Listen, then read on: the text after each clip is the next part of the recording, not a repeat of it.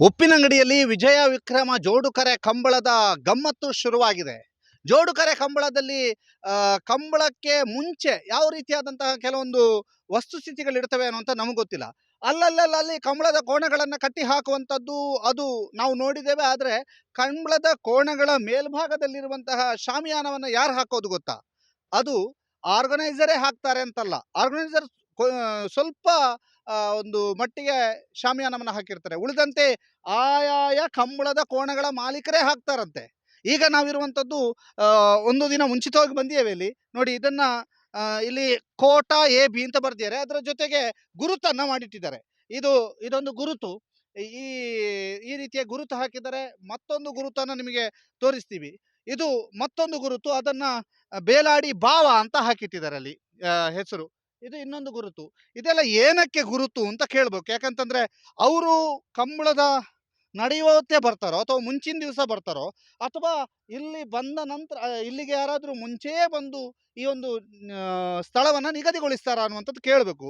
ಈ ಬಗ್ಗೆ ಮಾತನಾಡೋದಕ್ಕೆ ನಮ್ಮ ಜೊತೆಗಿದ್ದಾರೆ ವಿಜಯ ವಿಕ್ರಮ ಜೋಡುಕರೆ ಕಂಬಳ ಸಮಿತಿಯ ಕಾರ್ಯದರ್ಶಿ, ಜಿಲ್ಲಾ ಕಂಬಳ ಸಮಿತಿಯ ಉಪಾಧ್ಯಕ್ಷರೂ ಆಗಿರುವಂತಹ ಬೆಳ್ಳಿಪಾಡಿ ಕೈಪ ಕೇಶವ ಭಂಡಾರಿ ಅವರು ನಮ್ಮ ಜೊತೆಗಿದ್ದಾರೆ. ಸರ್ ನಮಸ್ತೆ. ನಮಸ್ತೆ. ಈಗ ಕಂಬಳ ನಡೆಯುವಾಗ ಸರ್ವೇ ಸಾಮಾನ್ಯವಾಗಿ ಅಲ್ಲಲ್ಲಿ ಕೋಣಗಳನ್ನು ಕಟ್ಟಿ ಹಾಕೋದು ನಾವು ನೋಡಿರ್ತೇವೆ. ನಮಗೆ ಗೊತ್ತಿರಲಿಲ್ಲ ಪ್ರತಿಯೊಂದು ಕೋಣಗಳನ್ನು ಕಟ್ಟಿ ಹಾಕುವುದು ಅವರವರೇ ಬಂದು ಮೊದಲಿಗೆ ಬಂದು ಸ್ಥಳ ನಿಗದಿ ಮಾಡಿರ್ತಾರೆ ಅಂತ. ಹೌದಾ? ಅದು ಹೌದು. ಅದು ಯಾಕೆಂದ್ರೆ ಈ ನಮ್ಮ ವಿಜಯ ವಿಕ್ರಮ ಈ ಉಪ್ಪಿನಂಗಡಿ ಕಂಬಳಕ್ಕೆ ಸಾಧಾರಣ ನಮ್ಮ ಲೆಕ್ಕಾಚಾರದಲ್ಲಿ ಈಗ ಈ ಹಗ್ಗ ಕಟ್ಟಿದ್ದು ಜನಗಳು ಫೋನ್ ಮಾಡುವ ರೀತಿಯಲ್ಲಿ ಕೇಳಿದರೆ ಸಾಧಾರಣ ಒಂದು 170 ಜೊತೆ ಕಡಿಮೆ ಆಗಿ ಕೋಣಗಳು ಭಾಗವಹಿಸುವಂಥ ಒಂದು ನಿರೀಕ್ಷೆ ಇದೆ ಅಂತೇಳಿ ನಮಗೀಗ ಲೆಕ್ಕಾಚಾರ ಹಾಕ್ಲಿಕ್ಕೆ ಆಗ್ತಾ ಇದೆ. ಯಾಕೆಂದರೆ ನಿನ್ನೆ ಮೊನ್ನೆ ಕೆಲವು ಜನ ಬಂದು ಫೋನ್ ಮಾಡಿದ್ರು, ನಮಗೆ ನಮಗೊಂದು ಮಾರ್ಕಿಂಗ್ ಜಾಗ ಮಾಡಲಿಕ್ಕೆ ಜಾಗ ಉಂಟಾ ಏನು, ಇನ್ನೊಬ್ಬರು ಒಂದು ಕೋಣ ಕಟ್ಟುವ ಜನ ಬಂದರೆ ಇನ್ನೊಂದು ಕೋಣದವರು ಅಲ್ಲಿ ಕೇಳಿಕೊಂಡು ಅವರ ಅನುಭವವನ್ನು, ಆ ಜಾಗದ ಅನುಭವವನ್ನು ಕೇಳಿಕೊಂಡು ಇನ್ನೊಂದು ಕಡೆ ಮಾರ್ಕಿಂಗ್ ಮಾಡಲಿಕ್ಕೆ ವ್ಯವಸ್ಥೆ ಮಾಡಿದ್ದಾರೆ. ಹಾಗೆ ಕೋಣಗಳು ಬಂದಂಥ ಕೋಣಗಳಿಗೆ ನಾವು ಈಗ ಕಂಬಳ ಸಮಿತಿಯ ಲೆಕ್ಕದಲ್ಲಿ ಎಲ್ಲ ಕೋಣಗಳಿಗೆ ಭಾಗವಹಿಸುವ ಕೋಣಗಳಿಗೆ ಎಲ್ಲೆಲ್ಲಿ ಬೇಕಾ ಅಲ್ಲೆಲ್ಲಿ ನಾವು ಜಾಗವನ್ನು ಸಮತಟ್ಟು ಮಾಡಿಕೊಂಡು ಅವರಿಗೆ ವ್ಯವಸ್ಥಿತವಾಗಿ ಮಾಡಿಕೊಟ್ಟಿದ್ದೇವೆ. ಈಗ ಜಾಗವನ್ನು ಸಮತಟ್ಟು ಮಾಡಿದ್ರಿ ಸರ್. ಇದು ನೀವು ನಿಗದಿ ಮಾಡೋದಾ? ಇದು ಕೋಟದವರಿಗೆ, ಇದು ಬೆಳ್ಳಾಡಿ ಬಾದವರಿಗೆ, ಇದು ಇವರಿಗೆ ಅಂತ? ಇಲ್ಲ, ಮತ್ತೆ ಹೇಗೆ ನಿಗದಿ ಮಾಡೋದು?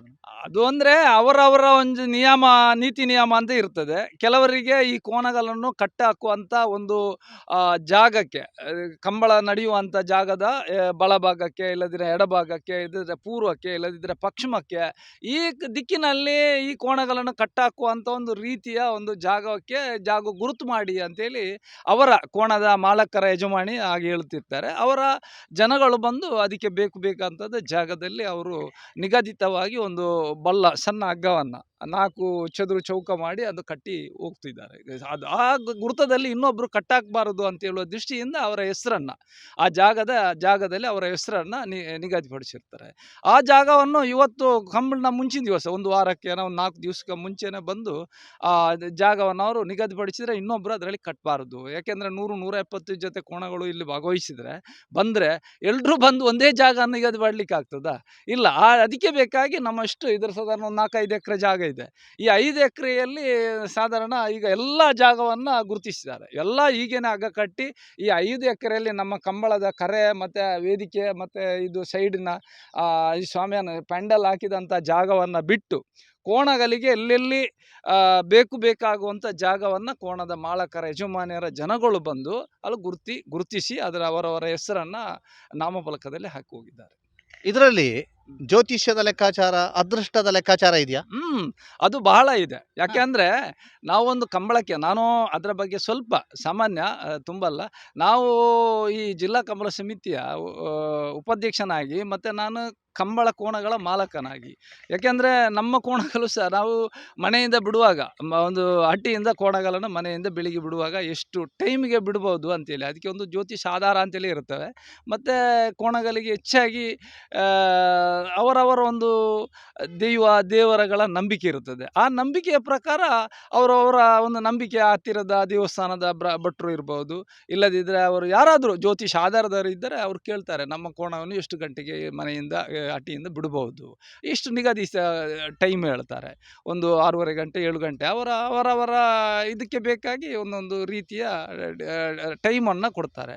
ಆವಾಗ ಅವರು ಬಂದು ಇಲ್ಲಿ ಕಂಬಳದಲ್ಲಿ ಅವರವರ ಈ ಭಟ್ರು ಹೇಳಿದಂಥ ಜಾಗಕ್ಕೆ ಮುಂಚೆ ಮುಟ್ಟಬೇಕು, ಇಲ್ಲದಿದ್ದರೆ ಮನೆಯಿಂದ ಹೊರಡುವಂಥ ಒಂದು ಜಾಗ ಇದು ಟೈಮು ನಿಗದಿತ ಟೈಮಿಗೆ ಹೊರಡಿ ಹೋಗಿ ಎಲ್ಲ ನಿಮಗೆ ಜಯ ಆಗ್ತದೆ ಅನ್ನೋ ಒಂದು ಇದನ್ನು ಅವರು ಸೂಚಿಸಿರ್ತಾರೆ. ಆ ಪ್ರಕಾರನೇ ಕಂಬಳದ ಕೋಣಗಳ ಮಾಲಕರು ಅದನ್ನು ನಿಯಮವಾಗಿ ಪಾಲನೆ ಮಾಡ್ತಾರೆ. ಈಗ ನಮ್ಮ ಜೊತೆಗೆ ಕಂಬಳದ ಕೋಣಗಳ ಮಾಲಕರು ಜಾಸ್ತಿ ಇಲ್ಲ, ನೀವೇ ಇರೋದು. ಹ್ಮ್. ನಿಮ್ಮ ಅನುಭವವನ್ನೇ ಹೇಳಿ. ಯಾವತ್ತಾದ್ರೂ ಒಂದು ದಿವಸ ನೀವು ಆ ದಿನವನ್ನ ಬಿಟ್ಟು ಬಂದದ್ದು ಅಥವಾ ಆ ಗಳಿಗೆಯನ್ನ ಬಿಟ್ಟು ಬಂದು ಆದಂತಹ ತೊಂದರೆ, ಆ ಗಳಿಗೆಯ ಸಮೇತ ಆದಂತ ಗೆಲುವು, ಈ ಬಗ್ಗೆ ನಿಮ್ಮ ಅನುಭವ ಹೇಳಿ. ಅದರ ಬಗ್ಗೆ ನಾವಂದರೆ ಈ ಕೋಣಗಳನ್ನು ಅವರು ಹೇಳಿದ ಟೈಮಿಗೇನೆ ಬಿಡ್ತಾ ಇದ್ದೇವೆ.